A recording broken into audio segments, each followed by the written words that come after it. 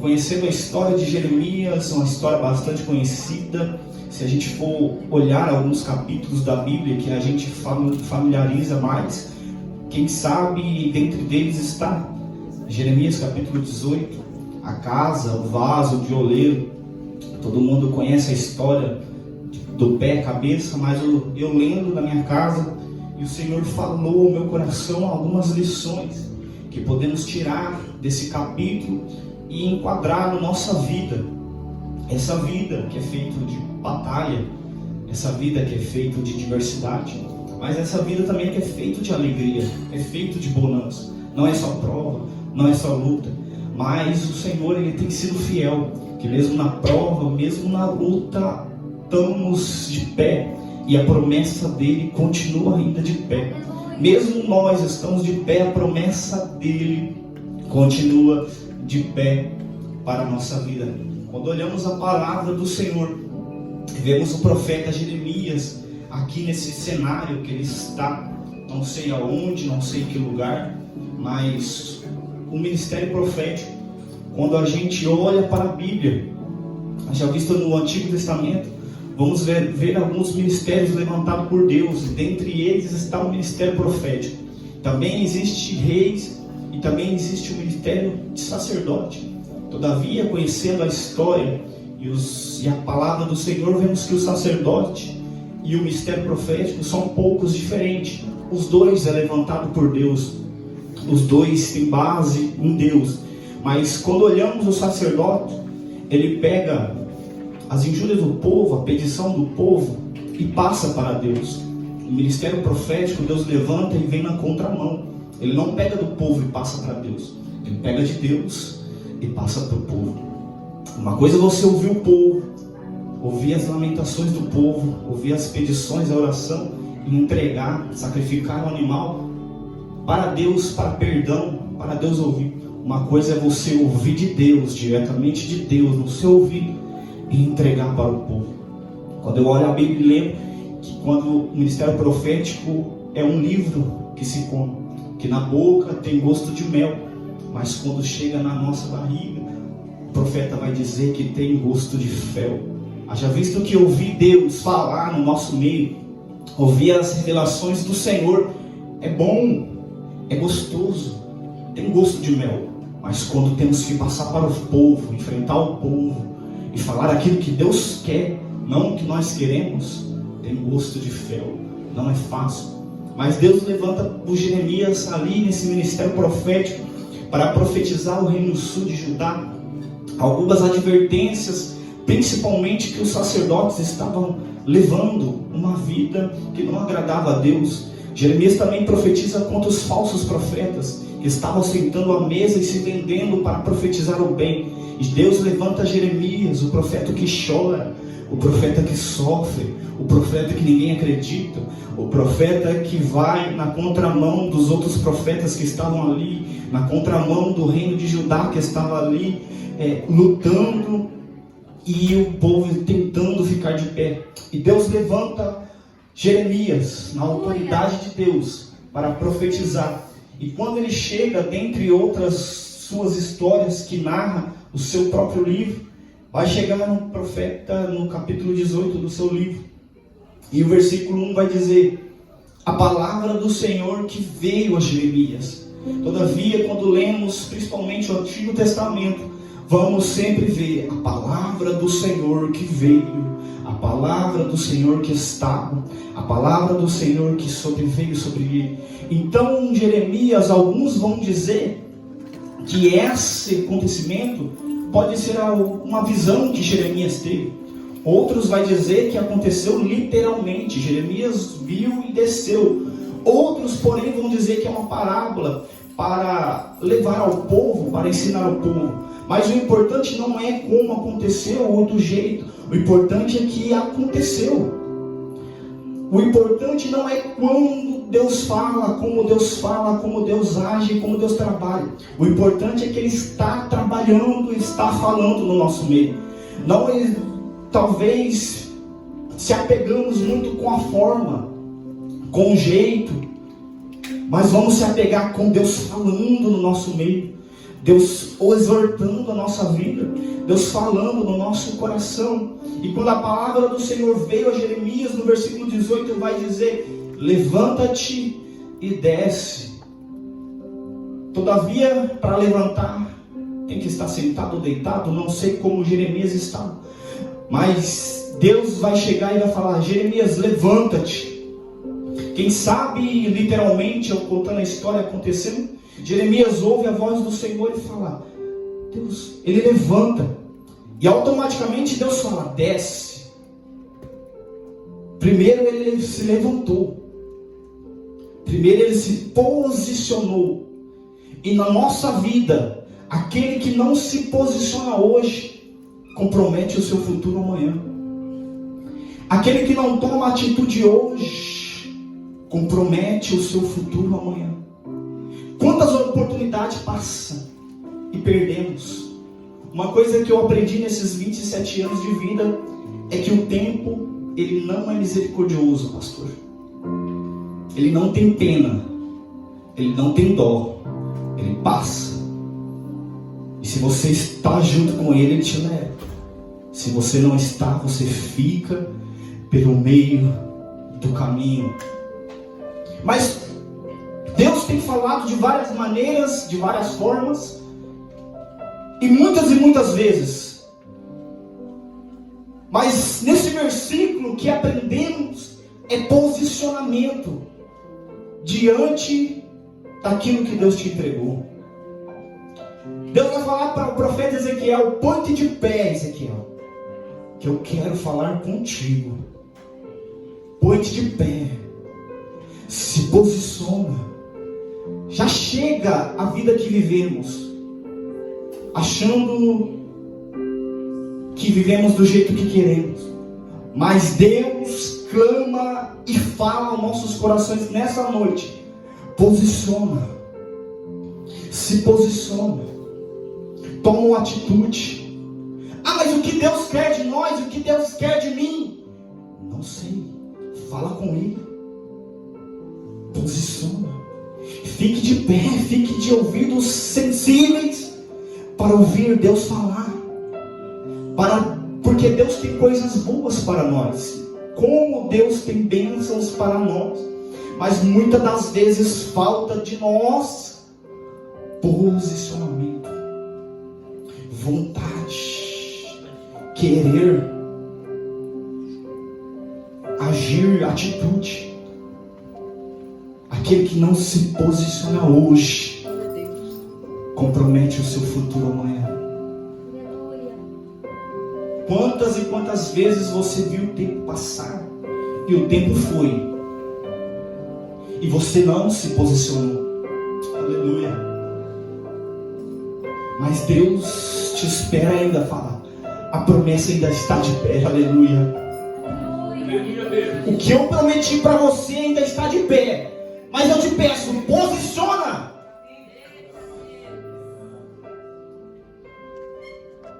Vai ficar parado do mesmo jeito até quando?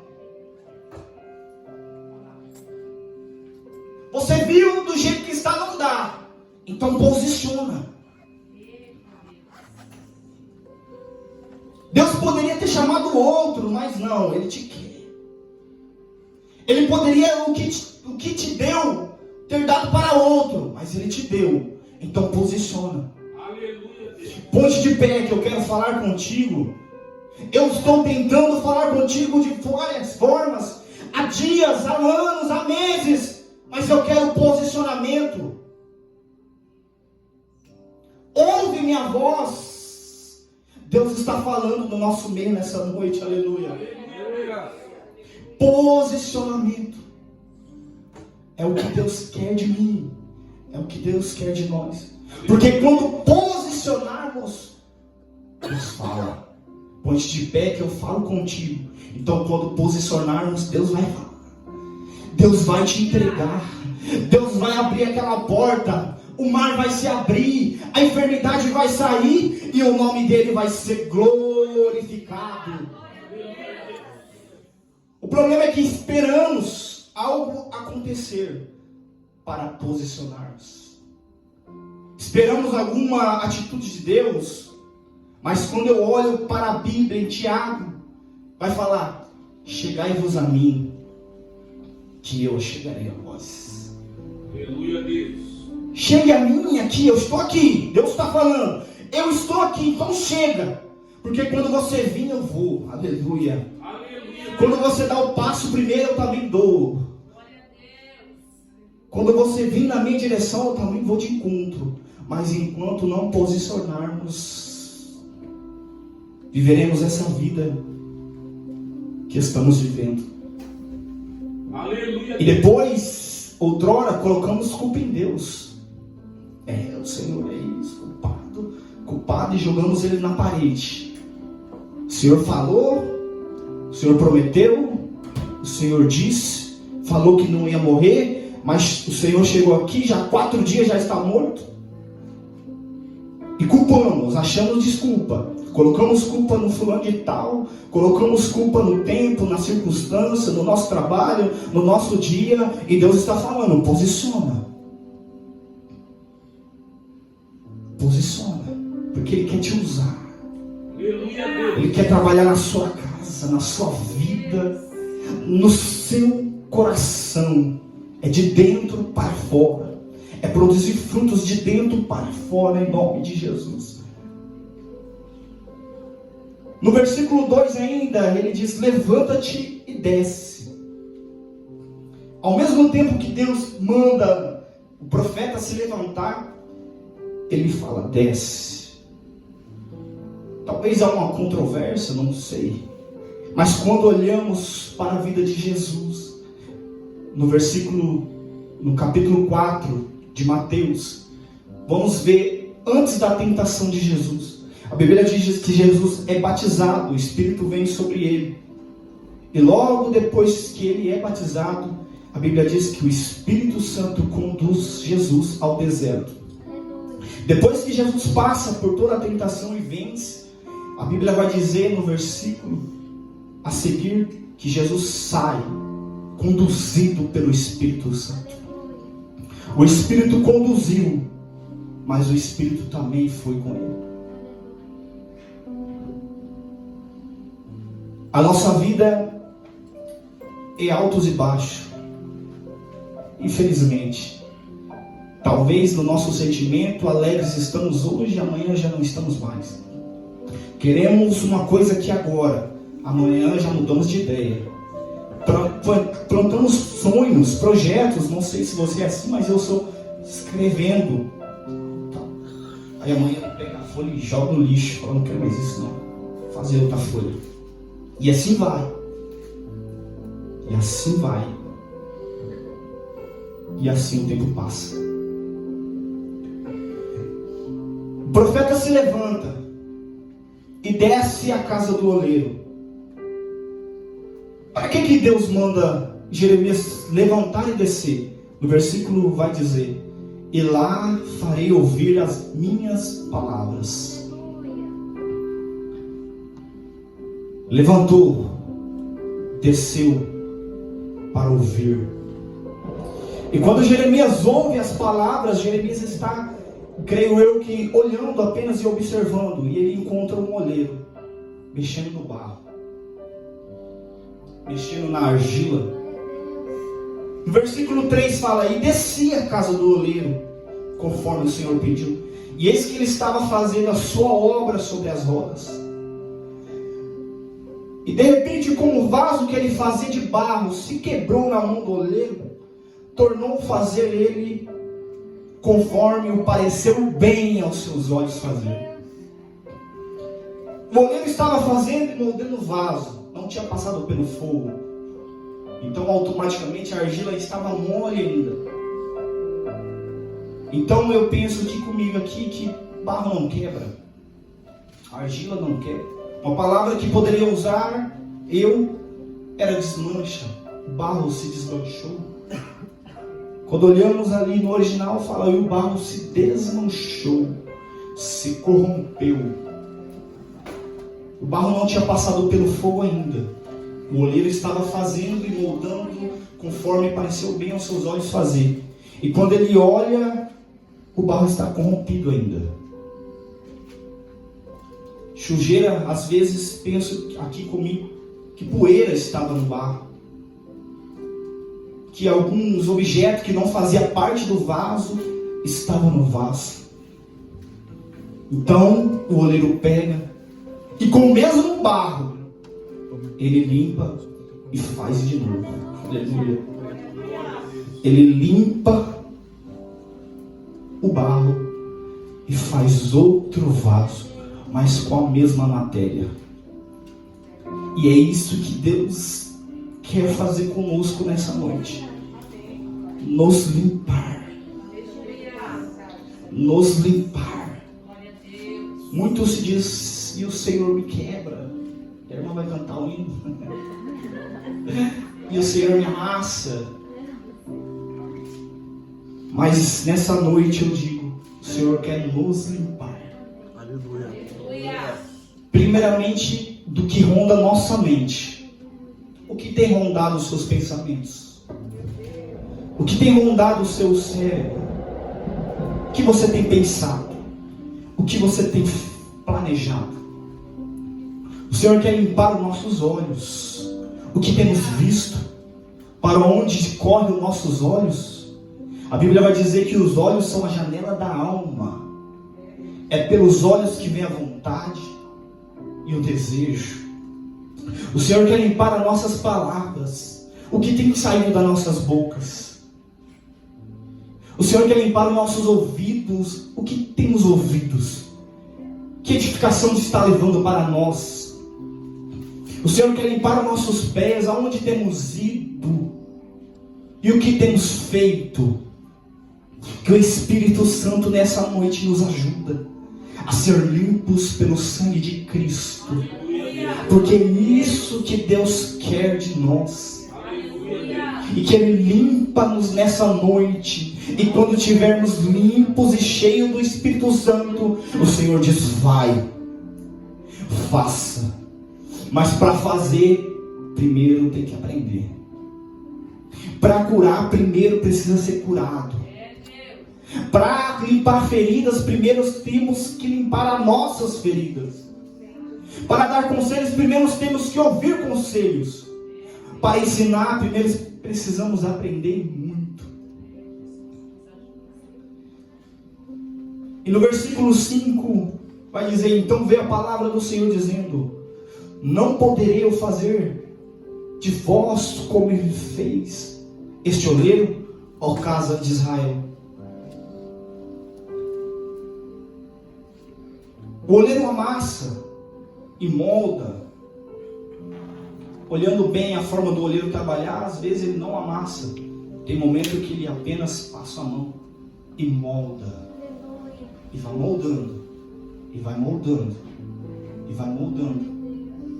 E quando ele se desmancha, mas ele continua ainda na mão do oleiro.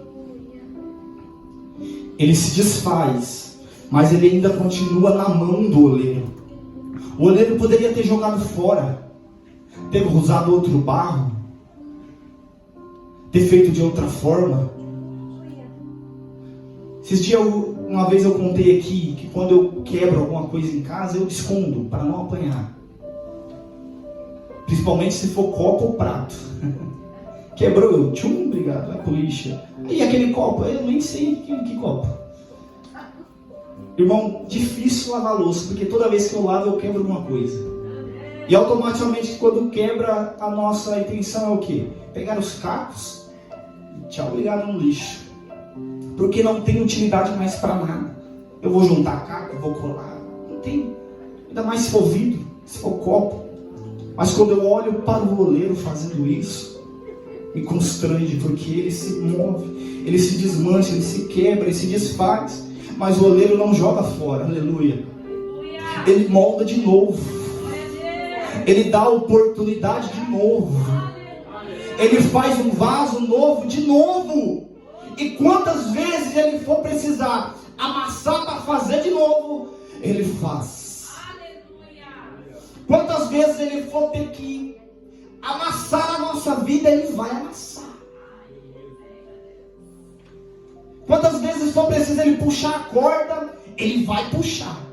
Às vezes a adversidade da nossa vida é apenas uma corda que Deus puxa para nos trazer no centro da sua vontade. Está longe da vontade, está deserto, está distante, e o oleiro puxando. E a corda vindo. E está doendo. E não queremos. E ai daqui, ai dali, mas o oleiro está aqui, ó, como um pescador, pescando. Ele te engatou pelo anzol. E até do jeito que ele querer que você fique, ele não vai sossegar. Aleluia, ele vai trabalhar na nossa vida, porque a porta da arca ainda está aberta. O tempo de recomeço ainda existe.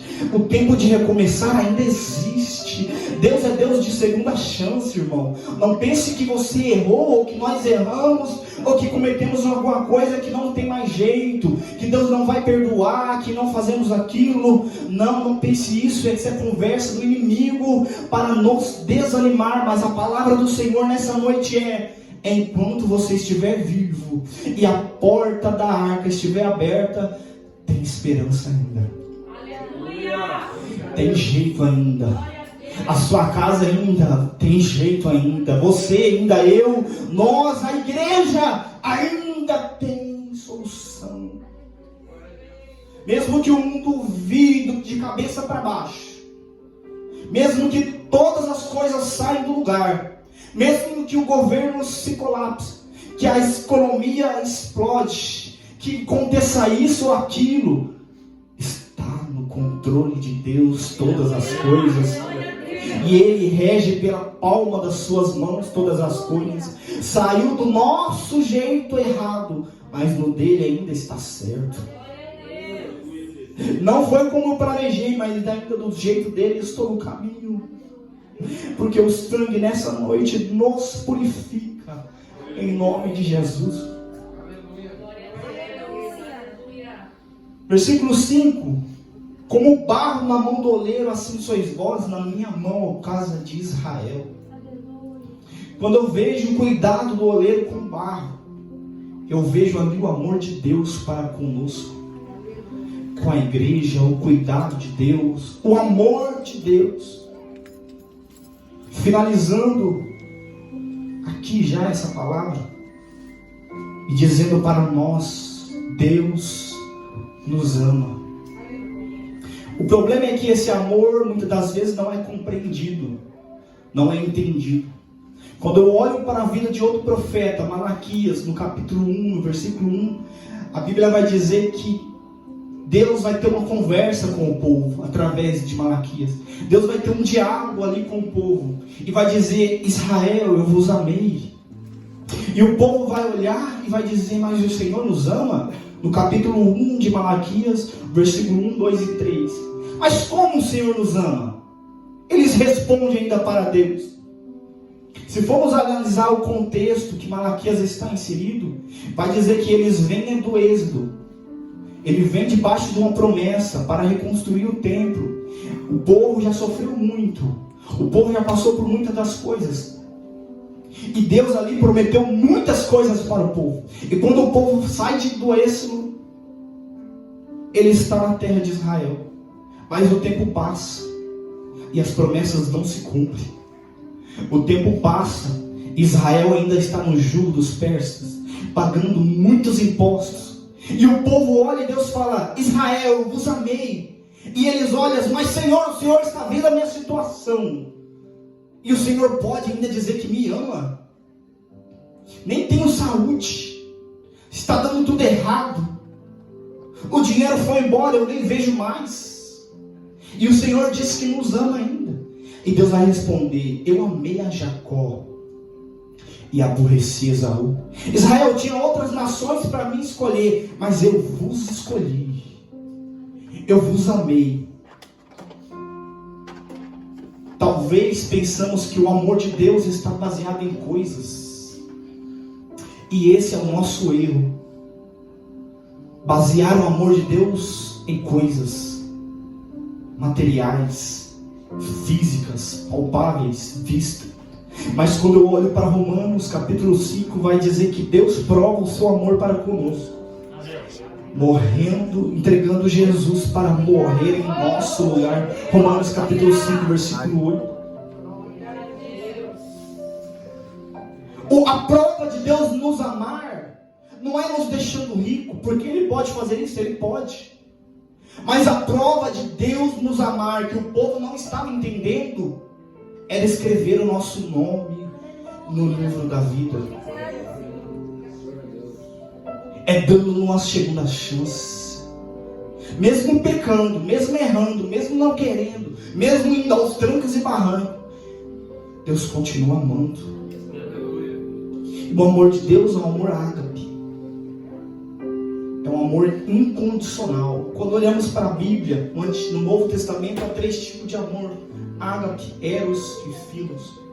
Ágape, amor incondicional. E filos e eros, o amor fraternal, o amor conjugal que temos com a nossa esposa e nosso companheira.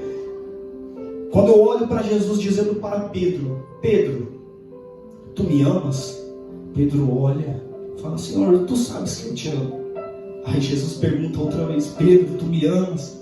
E Pedro: Senhor, tu sabes que eu te amo. E de novo Jesus pergunta e insiste: Pedro, tu me amas? E Pedro vai abaixar a cabeça, vai se entristecer e fala: Senhor, o Senhor sabe de tudo. Porque Jesus está falando: Pedro, tu me ágape? E Pedro estava dizendo: o Senhor sabe que eu só te filos.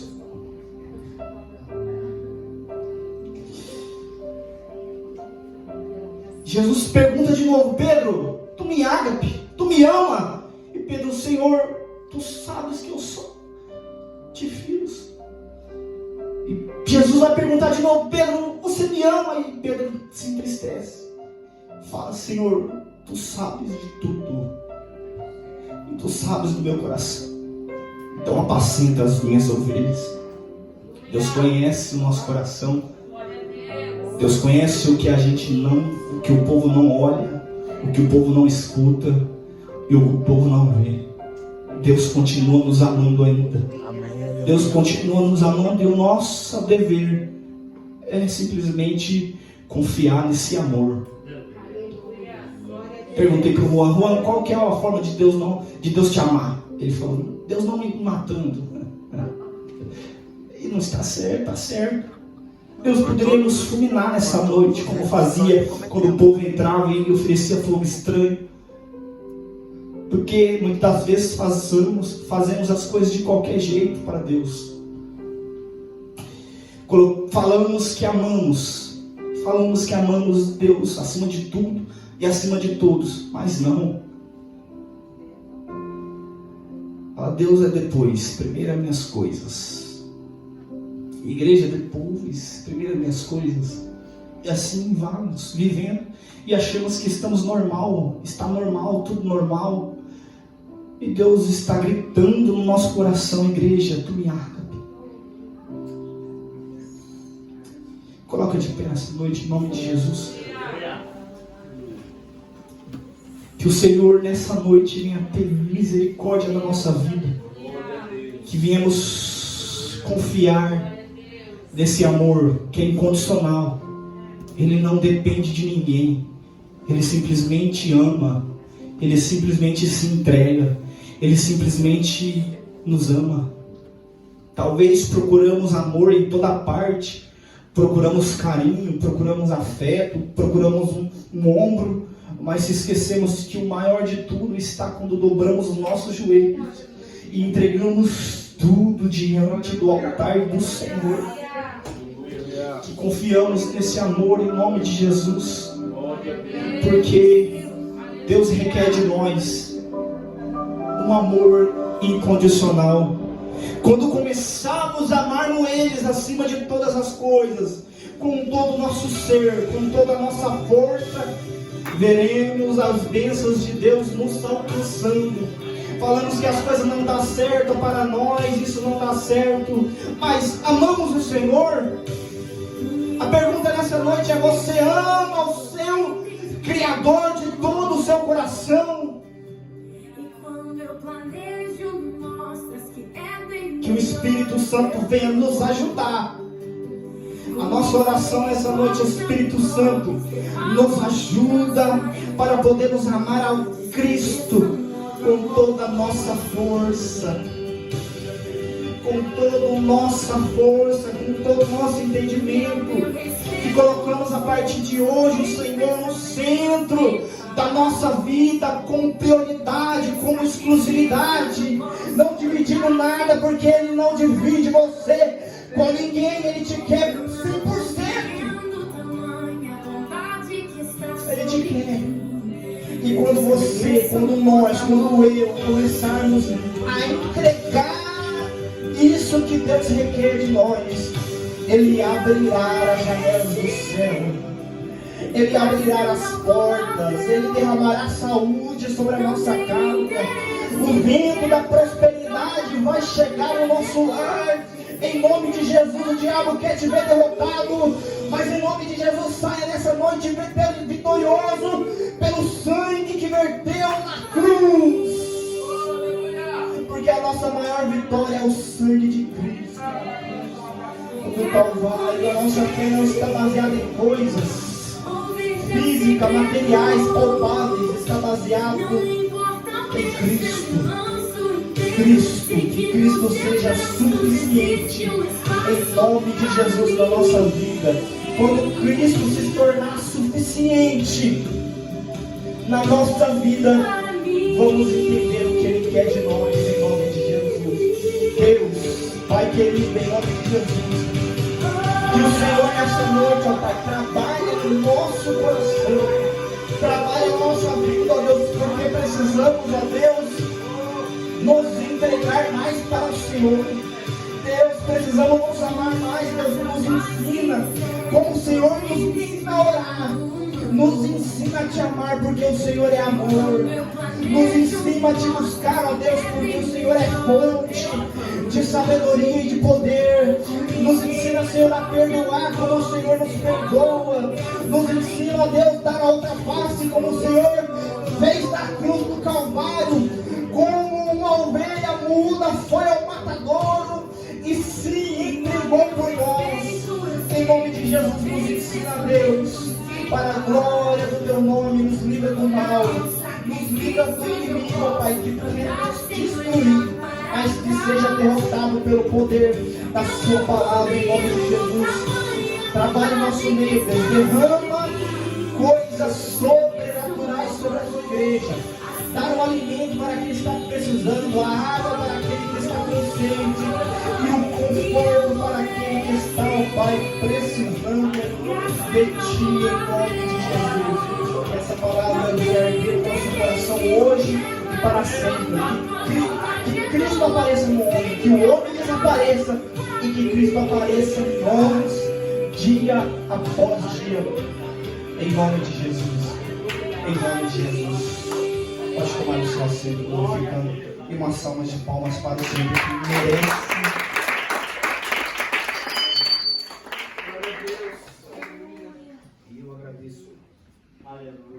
Eu agradeço a oportunidade em nome de Jesus. Continue orando por mim, que eu continuarei orando por todos.